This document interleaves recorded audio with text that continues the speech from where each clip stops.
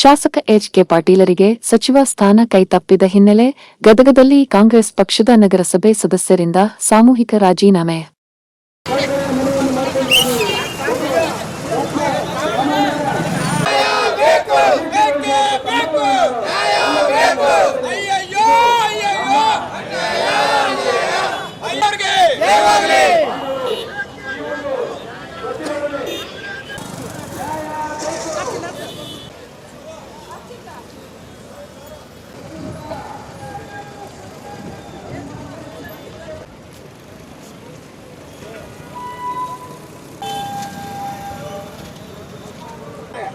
ಇಂಥ ಯಾವುದೇ ಖಾತೆಯನ್ನು ಕೊಟ್ಟರು ಸಹಿತ ಆ ಖಾತೆಗೆ ತಮ್ಮದೇ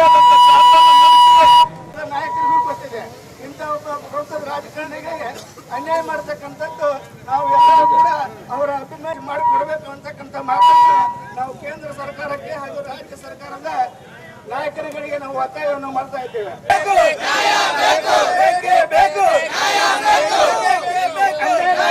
ನಾಯಕರಿಗೆ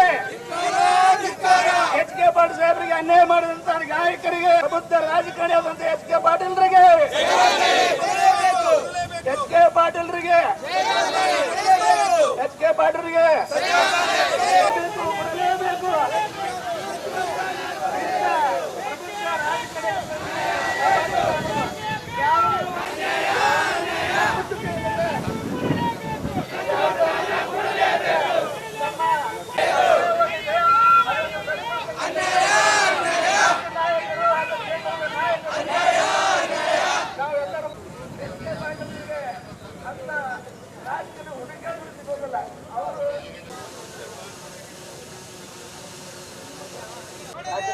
ನಾಯಕರಾದ ಸನ್ಮಾನ್ಯ ಎಚ್.ಕೆ. ಪಾಟೀಲ್ ಸಾಹೇಬರಿಗೆ ಎರಡನೇ ಸ್ಥಾನದಲ್ಲಿ ಅಲ್ಲ ಮೊದಲನೇ ಸ್ಥಾನದಲ್ಲಿ ತಾವು ಸ್ಥಾನವನ್ನು ಸ್ವೀಕರಿಸಿದೆ.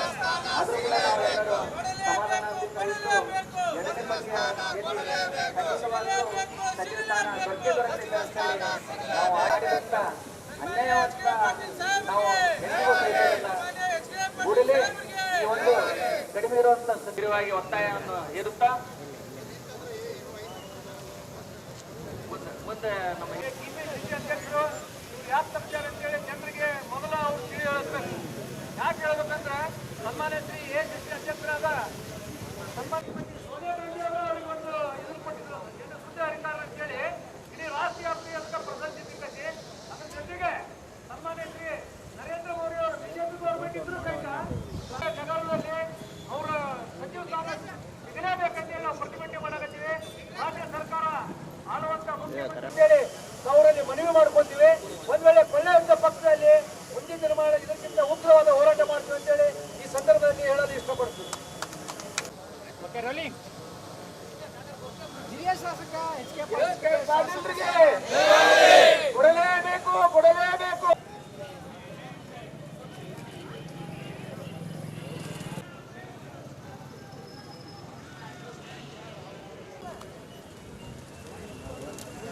ಮೊನ್ನೆ ನಡೆದಂಥ ಸಚಿವ ಸಂಪುಟದಲ್ಲಿ ಎಚ್.ಕೆ. ಪಾಟೀಲ್ ಸಾಹೇಬರನ್ನು ಕೈಬಿಟ್ಟಿದ್ದಕ್ಕಾಗಿ ನಾವು 22 ಜನ ನಗರಸಭಾ ಸದಸ್ಯರು ಜಿಲ್ಲಾಧಿಕಾರಿಗೆ ನಾವು ಇವತ್ತು ರಾಜೀನಾಮೆ ಸಲ್ಲಿಸಿದ್ದೀವಿ. ಯಾಕಂದ್ರೆ ನಮ್ಮ ಉತ್ತರ ಕನ್ನಡಕ್ಕೆ ಕಾಂಗ್ರೆಸ್ ಪಕ್ಷದವರು ಭಾಳ ಅನ್ಯಾಯ ಮಾಡಕ್ಕೆ ಕುಂತಾರ.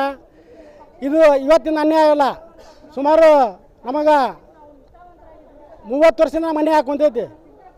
ಯಾಕಂದರೆ ಕಾಂಗ್ರೆಸ್ ಅವರು ಅಂದರೆ ಅವ್ರಿಗೆ ಏನು ಬಿಟ್ಟೈತಿ, ಕಾಂಗ್ರೆಸ್ ಹೈಕಮಾಂಡ್ನವ್ರಿಗೆ ಬೆಂಗಳೂರು, ಮೈಸೂರು, ಧಾರವಾಡ, ಆಮೇಲೆ ಮಂಡ್ಯ, ಗುಲ್ಬರ್ಗ ಇಷ್ಟ ತಗೊಂಡ್ಬಿಟ್ಟಾರೆ ಕಾಂಗ್ರೆಸ್ ಪಕ್ಷ ಅಂದರೆ. ಕಾಂಗ್ರೆಸ್ ಪಕ್ಷ ಅಂದರೆ 31 ಜಿಲ್ಲೆ ಕಾರ್ಯಕರ್ತರು ಎಲ್ಲ ಅಧಿಕಾರಕ್ಕೆ ತಂದಾರ. ಇವರು ಎಚ್.ಕೆ. ಪಾಟೀಲ್ ಸಾಹೇಬರಿಗೆ ಅವರು ಸಲಹೆ ಬೇಕು ಕಾಂಗ್ರೆಸ್ ಪಕ್ಷಕ್ಕೆ, ಆದರೆ ಅವ್ರ ಅಧಿಕಾರ ಬೇಡ. ಯಾಕಂದರೆ ನಿಮಗೆಲ್ಲ ಗೊತ್ತಿರ್ಬೋದು, 1990ರಲ್ಲಿ ಕೆ.ಎಚ್. ಪಾಟೀಲ್ರಿಗೆ ಮುಖ್ಯಮಂತ್ರಿ ಆಗಬೇಕಂತೇಳಿ ಸಾಕಷ್ಟು ಜನ ಶಾಸಕರು ರಾಜೀವ್ ಗಾಂಧಿ ಅವರಿಗೆ ಪತ್ರ ಕೊಟ್ಟರು. ಆದರೆ ರಾಜೀವ್ ಗಾಂಧಿ ಅವರಿಗೆ ಅನ್ಯಾಯ ಮಾಡಿ ಬಂಗಾರಪ್ಪನಿಗೆ ಮುಖ್ಯಮಂತ್ರಿ ಮಾಡಿದರು. ಎಚ್.ಕೆ. ಪಾಟೀಲ್ ಸಾಹೇಬರು ಕಾನೂನು ಮಂತ್ರಿ ಇದ್ದಾಗ ಸಾಕಷ್ಟು ಕಾನೂನಿನಲ್ಲಿ ಒಂದು ಬದಲಾವಣೆ ತಂದರು. ನೀರಾವರಿ ಮಂತ್ರಿ ಇದ್ದಾಗ ಸಾಕಷ್ಟು ಅಭಿವೃದ್ಧಿ ಕೆಲಸ ಮಾಡಿದರು. ಆಮೇಲೆ ಪ್ರವಾಸೋದ್ಯಮದಲ್ಲಿ ಕೂಡ ಅವರು ಇಡೀ ರಾಷ್ಟ್ರನ ಗದಗಿನಲ್ಲಿ ತಿರುಗಾಡುವಂಥವರು ಒಂದು ಕೆಲಸ ಮಾಡಿದರು. ಅದಕ್ಕೆ ನಾವು ಕಾಂಗ್ರೆಸ್ ಪಕ್ಷದವ್ರಿಗೆ ಇಷ್ಟ ಹೇಳೋದು, ನೀವು ಕೇವಲ ಕಾಂಗ್ರೆಸ್ ಪಕ್ಷ ಅಂದರೆ ಮಲ್ಲಿಕಾರ್ಜುನ ಖರ್ಗೆ ಅವರು ತಮ್ಮ ಮಗನ ಮಂತ್ರಿ ಮಾಡಿದರು, ಸಿದ್ದರಾಮಯ್ಯನವರು ತಮ್ಮ ಮಗನ ಮಂತ್ರಿ ಮಾಡಿದರು, DK ಶಿವಕುಮಾರ್ ಅವರು ತಮ್ಮ ಭಾಗದಲ್ಲಿ ಬರ್ತಕ್ಕಂಥ ಮಂಡ್ಯ, ಮೈಸೂರು, ಬೆಂಗಳೂರಿನವರಿಗೆ ಅಲ್ಲಿ ಬೆಳೆಸಾಕೊಂತಾರೆ. ಮತ್ತು ನಮ್ಮ ಉತ್ತರ ಕನ್ನಡ ಬಗ್ಗೆ ಚಿಂತನೆ ಮಾಡೋರು ಯಾರು? ಮತ್ತು ನಾವು ಉತ್ತರ ಕನ್ನಡದ ನಾವು ಸಂಬಂಧ ಇದಿಲ್ಲ ಪಕ್ಷಕ್ಕೆ. ಅದಕ್ಕೆ ನಾವು ಈ ಒಂದು ನಾವು ಪಕ್ಷಕ್ಕೆ ಸಮೂಹವಾಗಿ ನಾವು ರಾಜೀನಾಮೆ ಕೊಡಕ್ಕೆ ಕುಂತೀವಿ.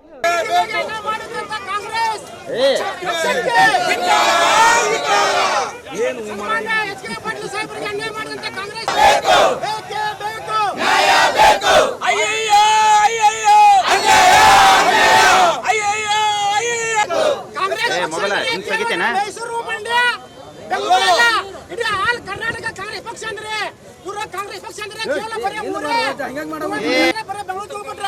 ಅದಕ್ಕೆ ನಮ್ಮ ಉತ್ತರ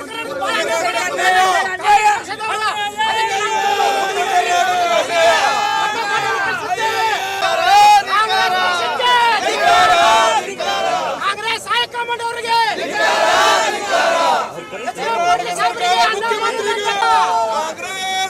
ಹೈಕಮಾಂಡ್ಗೆ ಕಡೆಗಣಿಸಿ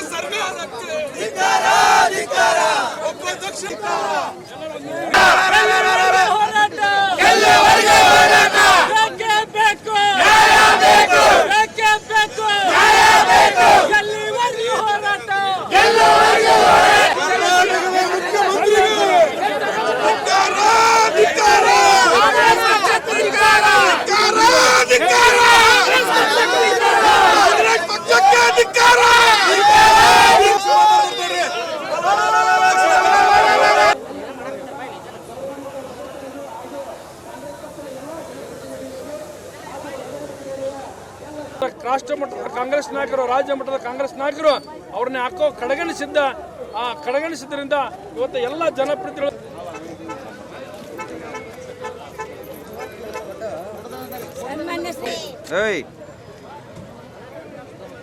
ಬರ್ರಿ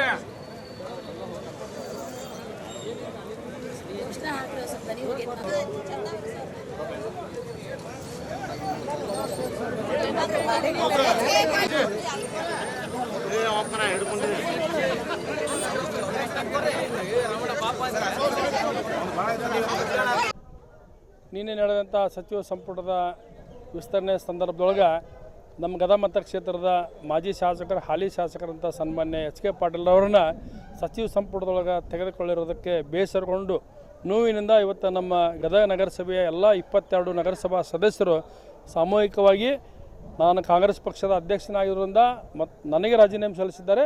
ಅಷ್ಟೇ ಅಲ್ಲ, ಮಾನ್ಯ ಜಿಲ್ಲಾಧಿಕಾರಿಗಳು ಕೂಡ ಹೋಗಿ ರಾಜೀನಾಮೆ ಸಲ್ಲಿಸಿದ್ದಾರೆ. ಯಾಕಿದು ಸಂದರ್ಭ ಬಂತು ಅಂತಂದ್ರೆ, ಒಬ್ಬ ದಕ್ಷ, ಪ್ರಾಮಾಣಿಕ, ಸ್ವಚ್ಛ ಆಡಳಿತಗಾರ ಈ ದೇಶದೊಳಗೆ 2013ರಿಂದ ಇರ್ಬೋದು, 13ರಿಂದ 18 ಇರ್ಬೋದು, ರಾಷ್ಟ್ರ ಮಟ್ಟದೊಳಗನ ಈ ದೇಶದೊಳಗೆ ಕರ್ನಾಟಕ ರಾಜ್ಯದೊಳಗೆ 1ನೇ ಸ್ಥಾನ ಬರುವ ಹಾಗೆ ಕೆಲಸವನ್ನು ಮಾಡಿ ಈ ದೇಶದ ಪ್ರಧಾನಮಂತ್ರಿಯಿಂದ ಸತತ 4 ವರ್ಷಗಳ ಕಾಲ ಪ್ರಶಸ್ತಿಯನ್ನು ಪಡೆದಂಥವ್ರು ಯಾರಾದರೂ ಅದರಂದ್ರೆ ಅದು ಸನ್ಮಾನ್ಯ HK ಪಾಟೀಲ್ ಸಾಹೇಬರು.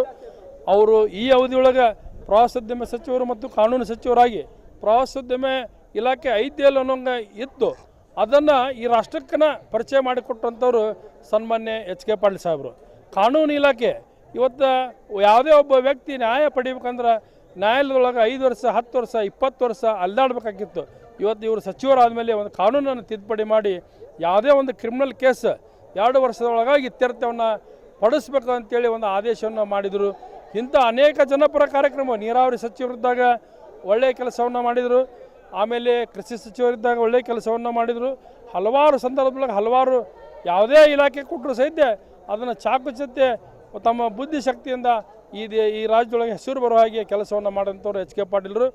ಈ ರಾಜ್ಯಕ್ಕೆ ನೀರಾವರಿ ಸಮಸ್ಯೆ ಬಂದಾಗ, ಈ ಮುಖ್ಯಮಂತ್ರಿಗಳಿಗೆ ಏನೋ ಒಂದು ಹೂಡ ಸಮಸ್ಯೆ ಬಂದಾಗ HK ಪಾಟೀಲರು ಬೇಕು, ಅವರ ಸಲಹೆ ಬೇಕು, ಅವರ ಒಂದು ಇದು ಬೇಕು. ಆದರೆ ಇಂಥ ಸಂದರ್ಭದೊಳಗೆ ಅವ್ರನ್ನ ಕೈ ಬಿಡೋದು ನೋಡಿದ್ರೆ ಭಾಳ ನಮಗೂ ನೋವಾಗೈತಿ. ಅದಕ್ಕೆ ನಮ್ಮೆಲ್ಲ ನಗರಸಭಾ ಸದಸ್ಯರು ಇವತ್ತು ಸಾಮೂಹಿಕವಾಗಿ ರಾಜೀನಾಮೆ ಕೊಟ್ಟಿದ್ದಾರೆ. ನಾನು ಗದಗ ಜಿಲ್ಲಾ ಗ್ಯಾರಂಟಿ ಸಮಿತಿ ಅಧ್ಯಕ್ಷನಾಗಿ ನಾನು ನಾಳೆ ಮುಂಜಾನೆ ನಮ್ಮೆಲ್ಲ ಸದಸ್ಯರು ಕರ್ಕೊಂಡು ಸಾಮೂಹಿಕವಾಗಿ ನಮ್ಮ ತಾಲೂಕಾ ಸಮಿತಿ ಎಲ್ಲ ಸದಸ್ಯರು ಕೂಡಿ ನಾವು ಕೂಡ ರಾಜೀನಾಮೆ ಕೊಡಲಿಕ್ಕೆ ನಿರ್ಧಾರ ಮಾಡಿದ್ದೆ.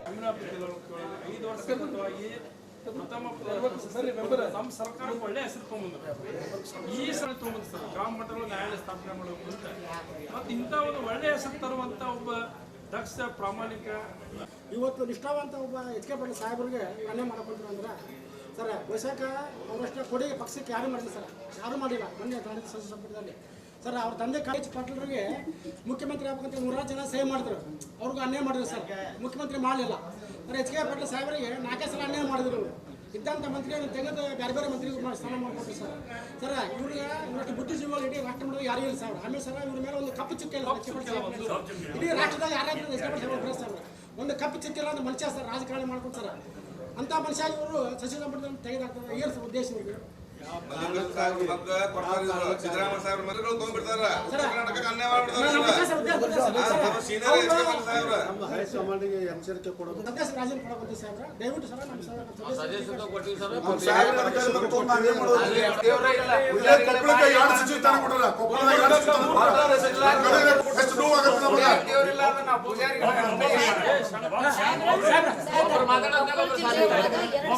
ಸಹಾಯ ಮಾಡೋದವರು ಕೇವಲ ಸಿದ್ದರಾಮಯ್ಯ ಸಾಹೇಬರು, ಡಿ ಕೆ ಶಿವಕುಮಾರ್ ಸಾಹೇಬರು, ಖರ್ಗೆ ಸಾಹೇಬರು ಅವ್ರು ಇಷ್ಟ ಸರ್.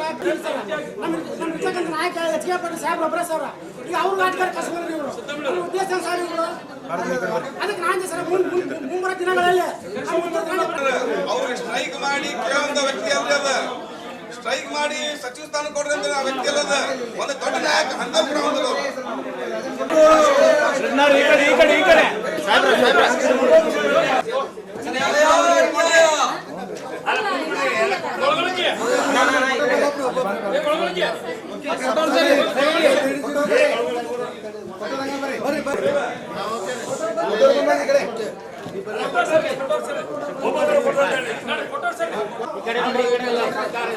ಸಚಿವ ಸಂಪುಟ ಒಂದು ಅಂಗವನ್ನ ಒಂದು ಅಂಗವನ್ನ ತಗೊಂಡಾರ ನಮ್ಮ ಎಚ್ ಕೆ ಪಾಟೀಲ್ ಕೊಳ್ಳಾರ್ದಕ್ಕ. ಅದು ಇದು ಸರ್ಕಾರ ಅಂಗವಿಕಲ ಸರ್ಕಾರ ಅಂತ ನಾನು ಸರ್ಕಾರಕ್ಕೆ ನಾವು ಅಭ್ಯರ್ಥಿಯಾಗಿ ದುಡಿಯಕ್ ನಮ್ಗೆ ಇಷ್ಟ ಇಲ್ಲ. ನಮ್ ಸಾಹೇಬ್ ಬಾಳ ಅನ್ಯಾಯ ಮಾಡ್ರೆ ಹಂಗಾಗಿ ರಾಜೀನಾಮೆ ಕೊಡಕ್ ಸಿದ್ಧರಾಗಿ ಗುಡಿಯಾಗ ಪೂಜಾರಿ ಇಲ್ಲ, ಗುಡಿಯಾಗ ದೇವರಿಲ್ಲಾರ್ದು ನಾವು ಪೂಜಾರಿಗಳು ಏನ್ ಮಾಡ್ರಿ, ಅದಕ್ಕೆ ನಾನು ನೊಂದು ರಾಜೀನಾಮೆ ನೀಡುತ್ತೇನೆ. ಸರ್ ಅಧ್ಯಕ್ಷ ಪ್ರಾಮಾಣಿಕ ರಾಜಕಾರಣದೊಳಗೆ ನಮ್ಮ ಎಸ್ ಕೆ ಪಾಟೀಲ್ ಸಾಹೇಬರು ಅದರೊಳಗೆ 1 ನಂಬರು ಅವರೇ ಇಲ್ಲದಂತಂದ್ರೆ ನಾವ್ಯಾಕೆ ನಗರಸಭೆ ನಾಮಿನೇಷನ್ ಸದಸ್ಯರಾಗಿರ್ಬೇಕಂತಂದ್ರೆ ಇವತ್ತು ನಾನು ಮಾನ್ಯ ಜಿಲ್ಲಾಧಿಕಾರಿಗಳಿಗೆ ರಾಜೀನಾಮೆ ಕೊಡುತ್ತಿದ್ದೇನೆ.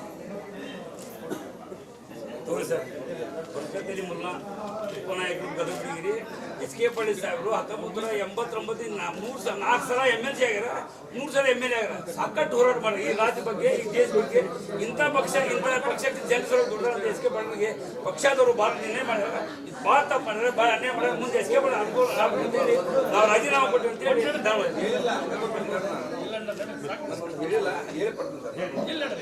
ಸಾಹೇಬ್ರಿಗೆ ಸ್ಟ್ರೈಕ್ ಮಾಡಿ ಸಚಿವ ಸ್ಥಾನ ಕೊಟ್ಟು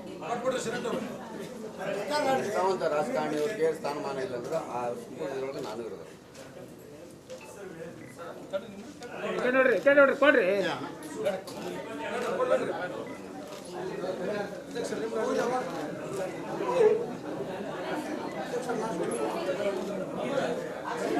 ವಾರ್ಡ್ ನಂಬರ್ 20 ಶ್ರೀಮತಿ ಕೊರಿಯನ್ ಬಾನು ಅಬ್ದುಲ್ ಮುನಾಫುಲ್ಲಾ ನಾವು ರಾಜೀನಾಮೆ ಕೊಡೋ ಕಾರಣ ಏನಂದ್ರೆ ಸನ್ಮಾನ್ಯ ಎಚ್ ಕೆ ಸರ್ ನಮ್ಮ ಕೈ ಮುಗಿದು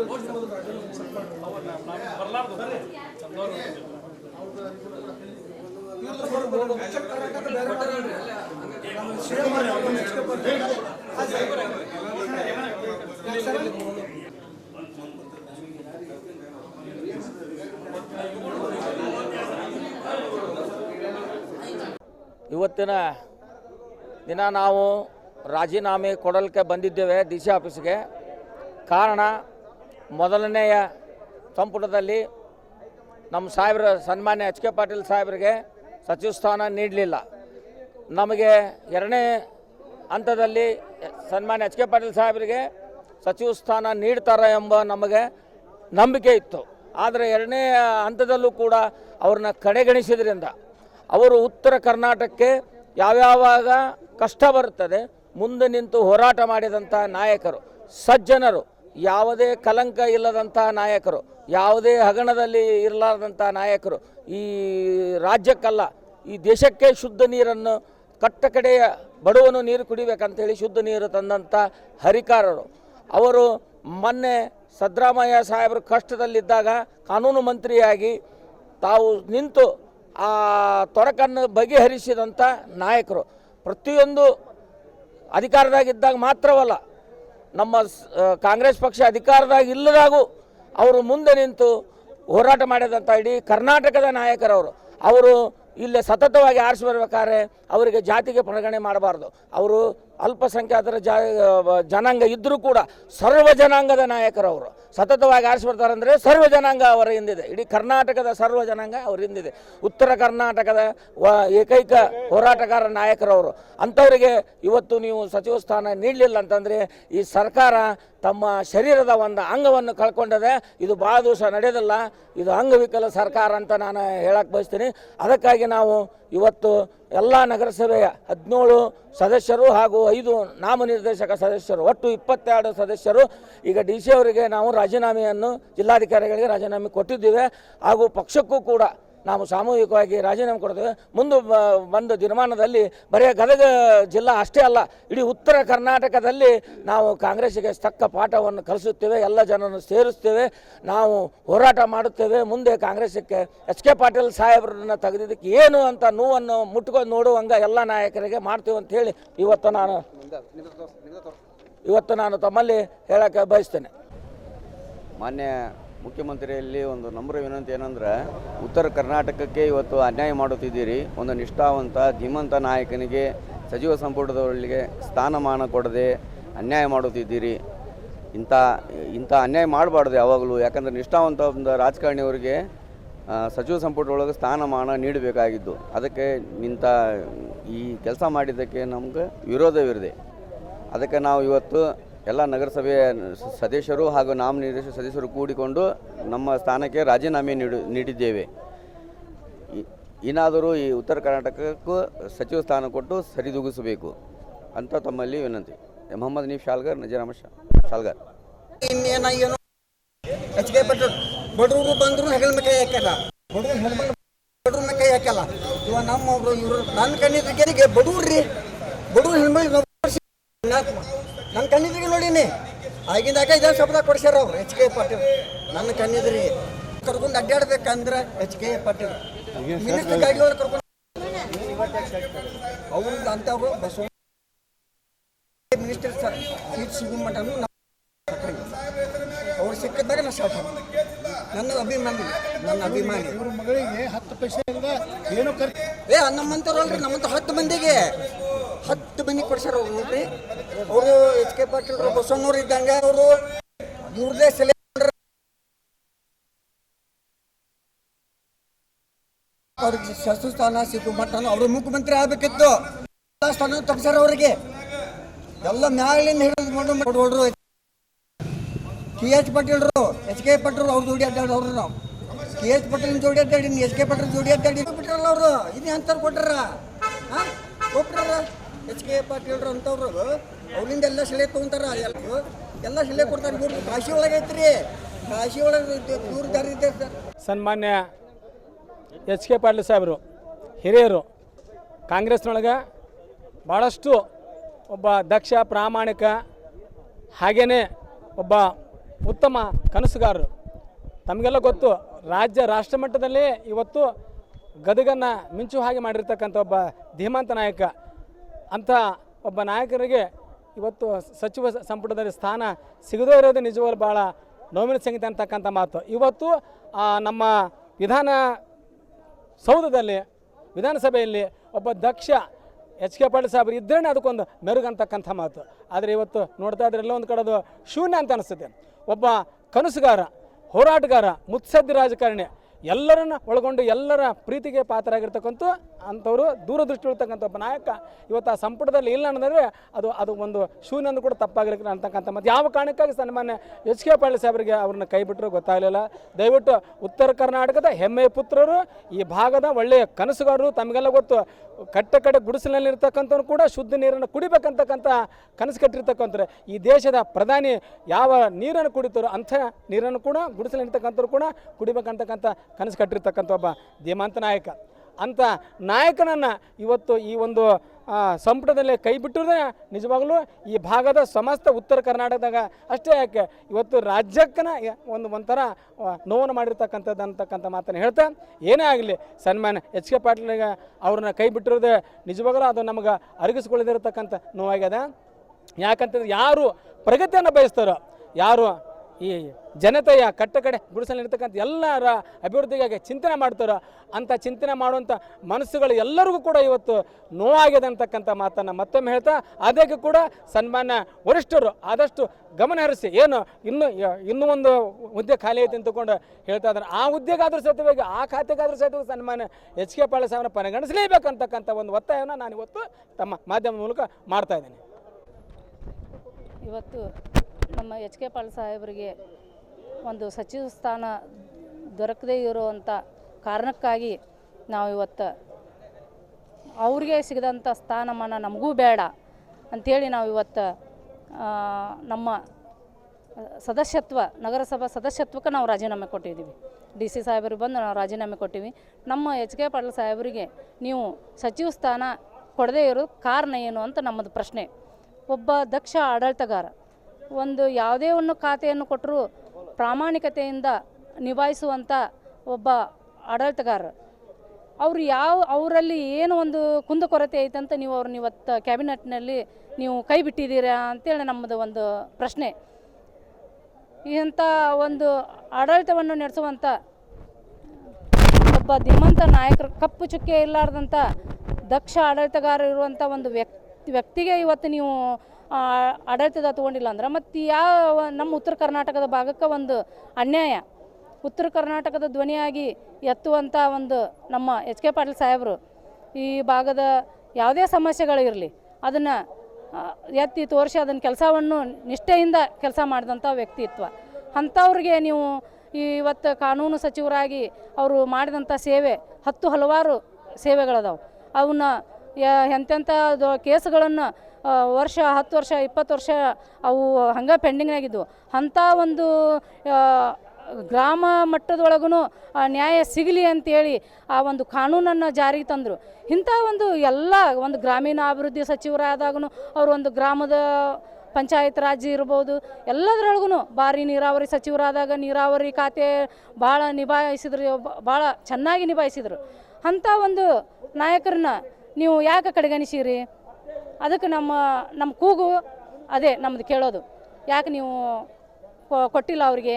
ನೀವು ಇವತ್ತು ನಮ್ಮ ನಾಯಕರು ಇದಕ್ಕೆ ಉತ್ತರ ಕೊಡ್ಬೇಕಂತೇಳಿ ನಮ್ಮದು ಪ್ರಶ್ನೆ. ನಾವು ನಗರಸಭಾ ಸದಸ್ಯತ್ವಕ್ಕೆ ನಾವು ರಾಜೀನಾಮೆ ಕೊಟ್ಟಿದ್ದೇವೆ. ಪಕ್ಷಕ್ಕೆ ನಮ್ಮದು ಪಕ್ಷದೊಳಗೆ ನಾವು ಮತ್ತು ಸಚಿವ ಸ್ಥಾನಕ್ಕೆ ಕೊಟ್ಟಿದ್ದು ನಾವು ಪಕ್ಷಕ್ಕೂ ನಾವು ರಾಜೀನಾಮೆ ಕೊಡೋಕೆ ನಾವು ಸಿದ್ಧವಾಗಿದ್ದೀವಿ. ಯಾಕಂದರೆ ನಮ್ಮ ಪಕ್ಷ ಕಾಂಗ್ರೆಸ್ ಪಕ್ಷದಿಂದ ನಮ್ಮ ಸಚಿವ ಸ್ಥಾನ ನಮ್ಮ ಸಾಹೇಬರು ಸಿಕ್ಕಿಲ್ಲ ಅಂದ್ರೆ ನಮ್ಮ ಪಕ್ಷನೂ ಅಷ್ಟೇ, ನಮ್ಮ ನಗರಸಭಾ ಸದಸ್ಯರ ಒಂದು ಸ್ಥಾನಕ್ಕೂ ಅಷ್ಟೇ ಮುಂಬರುವ ಒಂದು ಚುನಾವಣೆ ತಾವು ಗಮನದಲ್ಲಿ ಇಟ್ಕೊಂಡು ನಾವು ಇಡೀ ಎಲ್ಲ ನಮ್ಮ ಗದಗ ಜಿಲ್ಲಾ, ನಮ್ಮ ಗದಗ ನಮ್ಮ ಮತಕ್ಷೇತ್ರಕ್ಕೇ ಇದು ನಾವು ಎಲ್ಲ ಕಾರ್ಯಕರ್ತರು ಇದನ್ನು ನಾವು ಖಂಡಿಸಿ ನಾವು ಎಲ್ಲರೂ ಸಾಮೂಹಿಕವಾಗಿ ನಾವು ಇದನ್ನು ರಾಜೀನಾಮೆಯನ್ನು ಕೊಡೋಕೆ ನಾವು ಸಿದ್ಧವಾಗಿದ್ದೀವಿ, ಕೊಟ್ಟಿದ್ದೀವಿ. ಇನ್ನೂ ಮುಂದಿನ ದಿನಮಾನಗಳಲ್ಲಿ ನಾವು ಇದನ್ನು ಮಾಡೋಕ್ಕೆ ನಾವು ರೆಡಿ ಇದ್ದೀವಿ.